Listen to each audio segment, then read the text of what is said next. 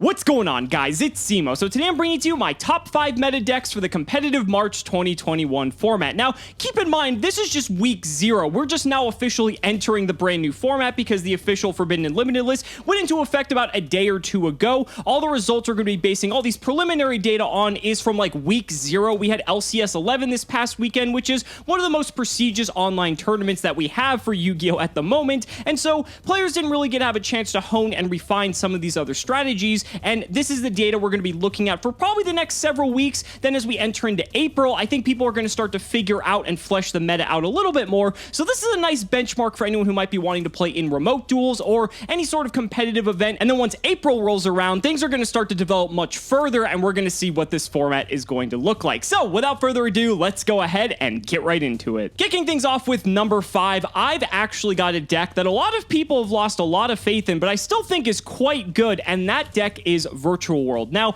Virtual World did not have a very high representation at LCS 11, nor did it convert at all into Top Cut, but this is one of those decks that I think people need to definitely look at and reevaluate. Yes, True King of all Calamities was banned on the most recent Forbidden and Limited list, and that was primarily the reason why people played the deck. It was a deck that could turbo into Calamities turn after turn, sometimes summon 2 of them in the same turn. Yeah, it was definitely a really oppressive deck, but that's not all the deck can do, and I think people are associating it as being this sort of one-trick pony sort of deck. The deck can just as easily pivot into plays with cards such as Ultimaya Zulkin, which then by setting any card can summon out a Crystal Wing Synchro Dragon for a negation. You still have Virtual World Shen Shen, which is a walking macrocosmos that can recur itself from the graveyard, so that's pretty good. And let's not forget, there's still a Virtual World hand loop taking advantage of cards such as XX Saber Gothams and Phantom Fortress Enter Blathnir to be able to make it so that your opponent doesn't even start the game with an opening hand. That is just ridiculous. Like, yeah, Calamities is good, but you can also hand loop your opponent as well. Now, obviously, that's a little bit more fragile and susceptible to disruption. We're going the Ultimaya line is a way for the deck to be able to play safely under a card like Nibiru, as well as any other disrupting hand traps as well. I've seen Virtual World decks end on boards with Crystal Wing Synchro Dragon summoned off of the Zulkin. You also have Shen Shen. You even have Red Eyes Dark Dragoon in addition to that, thanks to a Synchro 6 that's able to fuse into it using the Ultimaya Zulkin. And then we also have the Chuche as well, which let's not forget, Chuche is also really good. So you have an Omni Negate plus Banish,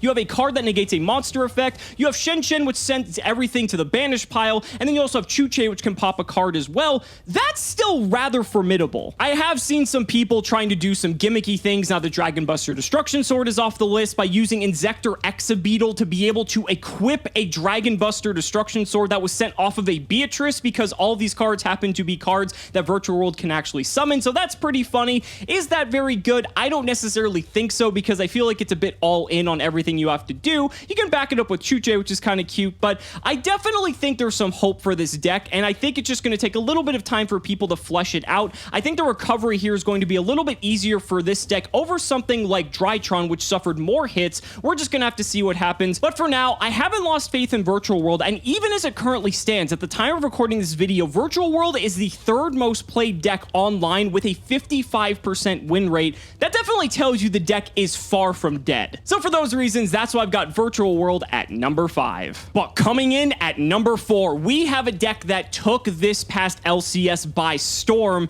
and that deck is Invoked Dogmatica Shaddoll. Whatever combination or way you want to say that, this deck was everywhere this past weekend because this is just a super strong deck. Like, Invoked Dogmatica already was just a very good deck because while it didn't do anything inherently broken or unfair aside from going into something like Window, which had already played before you even played the Shaddoll half of the deck, then the deck was good because it was able to generate a lot of +1s. Like, every single card in that deck generates you another card, and you're playing this more old school style of Yu-Gi-Oh! We're trying to out-resource your opponent, just doing the things that Invoke Dogmatica does. However, splashing the Shaddoll engine into it then makes it even more resilient because now you have easier ways to access cards such as El Shaddoll Window, which in a format that is looking the way it's starting to look, Window can actually just absolutely dominate by really putting a lock on some of these heavier combo decks that are looking to go off. You also still have cards like Construct, which is also just as broken. People just forget Construct exists because Winda is just the floodgate of choice, but Construct is just a walking just 2800 menace that can destroy anything that was special summoned and also just dumps a card to the graveyard and get another card back. It's a huge combo enabler. It allows you to just fuel your plays even further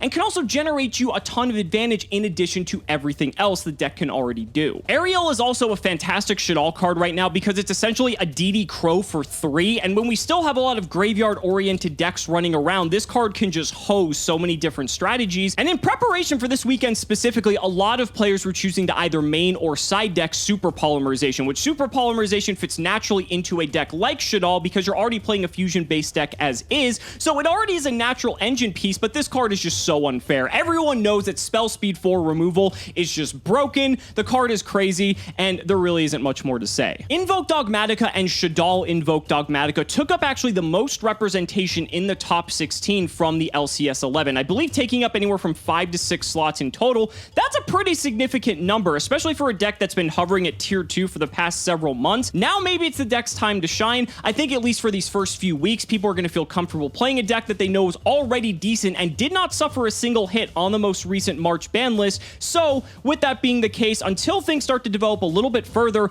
I think this is just a very safe option that people want to flock to, but a very strong one at that, and that's why I've got Dogmatica Invoke Shaddoll at number 4. Now coming in at number 3, we have a deck that was one of the former best decks of the previous format, and let's be honest, will probably continue to be unless the format develops in a completely different direction, but that deck is of course Eldritch. Now I think I'm going to primarily be talking about Zodiac Eldritch here because I think this is the strongest variant of the Eldritch decks, but there were a lot of Eldritch decks running around at LCS 11, and it is also one of the most played decks currently in the online environment. You can obviously take Eldritch in different directions with cards such as Red Eyes Dark Dragoon. That card's still legal for us, so just playing Dragoon Eldritch is pretty good. There's Pure Eldritch. There's a bunch of different ways to just splash little Eldritch engines into other decks, but I think Zodiac Eldritch is definitely the way to go because when you incorporate both of these engines into one singular deck, then it just has wonderful synergy together because Eldritch doesn't really have a normal summon and Zodiac can fill that void perfectly by providing you a way to go into something like a Trident or ultimately a Zeus, which doesn't really affect you, let's be honest, because even if you send your board to the graveyard, most of your stuff's just going to recover in the end phase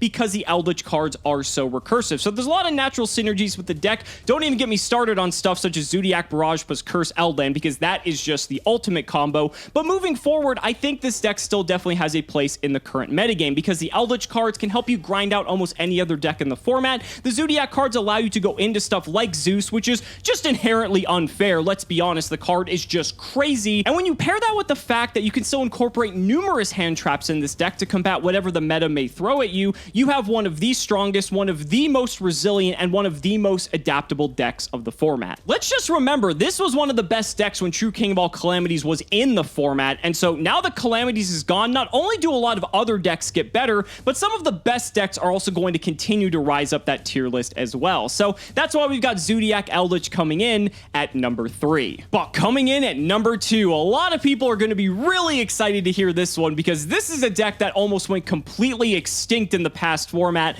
but has now had a rise thanks to the fact that True King of All Calamities is no more, and that deck is of course Dinosaur. Yes, Dinosaur is back, ladies and gentlemen, and the reason for that is because Calamities was really putting a damper on the deck. The deck had no efficient way to be able to deal with Calamities unless you drew external cards such as like Forbidden Droplet, and the deck couldn't do that consistently enough to be able to play through all these virtual world boards. But now that Calamities is banned, Dino is free to run rampant, and it definitely did this past weekend. This was one of the most represented decks at the LCS 11, and is currently the most played deck by a mile online, so you bet that people are going to be itching to play some Dino. The nice thing about True King of All Calamities leaving the format specifically is that you don't need to rely on these specific cards that could out the Calamities, because a lot of the time there were cards that could take care of it, but in tandem with a card like Chuche could just pop and get rid of the Calamities, negating any sort of like regular traditional effect negation, say with a card such as Infinite Impermanence. So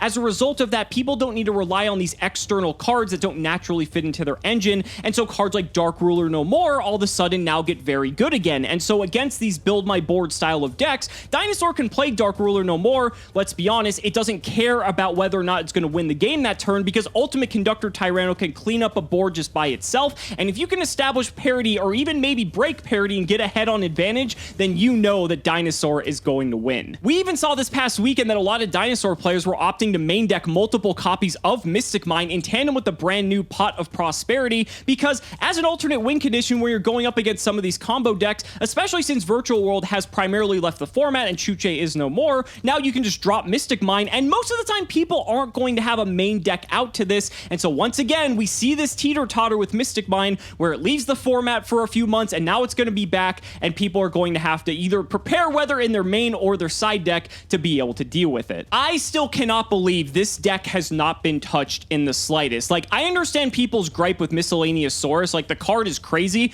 but if you read all the other cards in the archetype as well, Conductor is broken, Oviraptor is broken, Lost World is broken, Animadorned Archosaur, Baby Ceresaurus, and all the other dinosaurs are just insane power cards, and you are able to just have one of the most aggressive decks in the format, especially if you're going second. You don't care. You can just overrun your opponent and most likely win because they're not going to be able to deal with the fact that you're on Dinosaur. The deck sometimes doesn't even need to play hand traps. It's just that powerful. And so for the time being, at least in these initial few weeks when people are preparing for the fact that Dinosaur is going to make a resurgence in the format, they need to either adapt their main or side deck appropriately. I think Dinosaur is going to be one of the strongest decks. That may not hold true by the time we get to April, but this format's looking very identical to the format we had a few months ago, where a lot of these top decks are actually very similar just because they kind of axe stuff like Virtual World and Drytron. So we'll have to see if that does come to fruition, but ultimately, I think people are just ready to play Dino again because Dino is one of people's most fan favorite decks,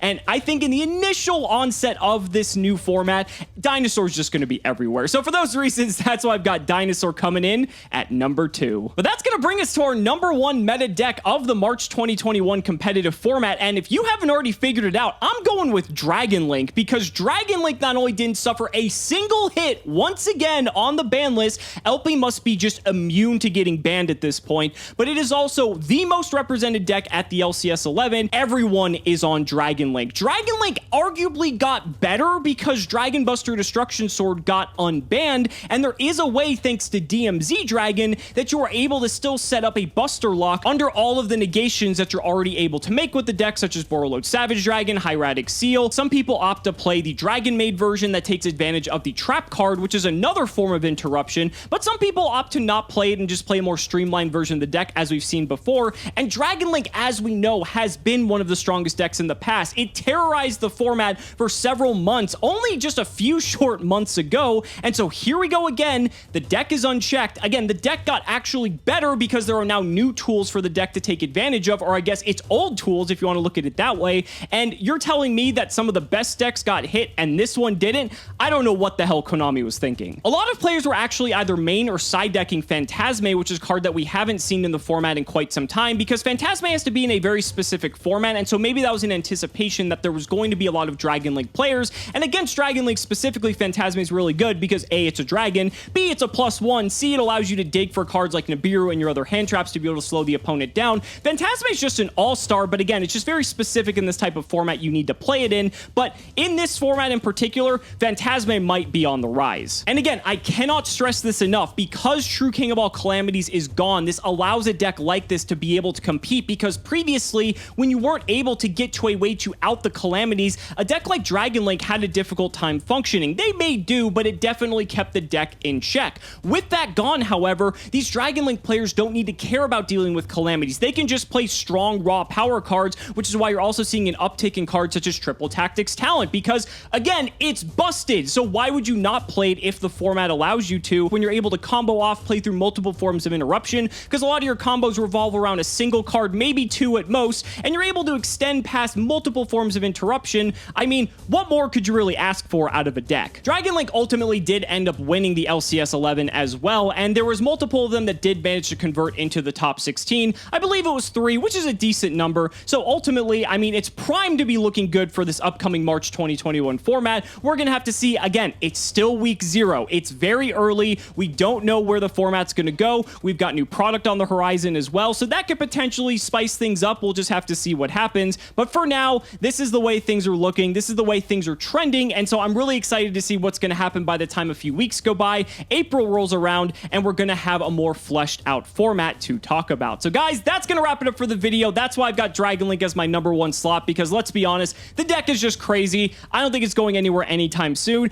and if there is a deck to beat this format, I definitely think it's Dragon Link. So go ahead and let me know down in the comments what you guys think. I'd really love to hear your thoughts. Thank you all so much for watching the video. Be sure to like the video as always. Subscribe to the channel for more amazing Yu-Gi-Oh content, and if you found this video informative informative, consider supporting me on Patreon for exclusive early one-day access to both the Yu-Gi-Oh! Progression series and the history of Yu-Gi-Oh! Thank you all so much for watching again, and we will see you next time.